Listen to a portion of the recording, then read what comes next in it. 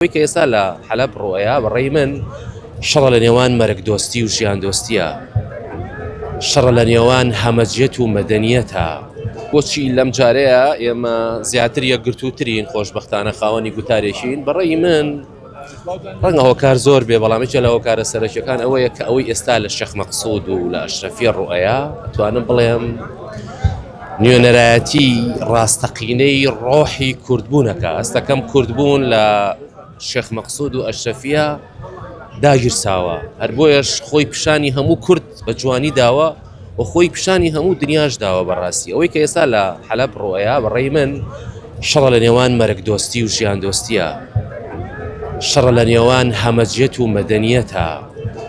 یعنی من بۆ خۆم چەند دڵتەنگم بەو هەجمە و هێرشە هەمەجیانە لەسەر خەڵکی سڤیلی شێخ مەقسوود و ئەشرەفیە لێت ناشارمەوە، ئەوەندەش دڵخۆشم، چکە لە ڕاستیە ئەوەی کە ئەوان ئەیکەن بەس ئەفسانەکان خوێندومانەتەوە.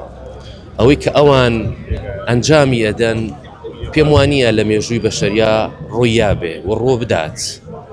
یعنی تۆ لە ڕووی جوگرافیەوە گەر عەسکەریەک بۆ نمونە بۆت تەحلیل کات، تۆ لە ڕووی جوگرافیەوە لە ئەو پەڕی خاڵی لاوازیای دوو گەڕک داخراو لە ناو شارێکە کە هەمووی گروپی تونڕە و گروپی ئیرهابی، یعنی ئیرهابیە تونڕەوەکانی هەموو دنیا لە حەلەب کۆبوونەتەوە.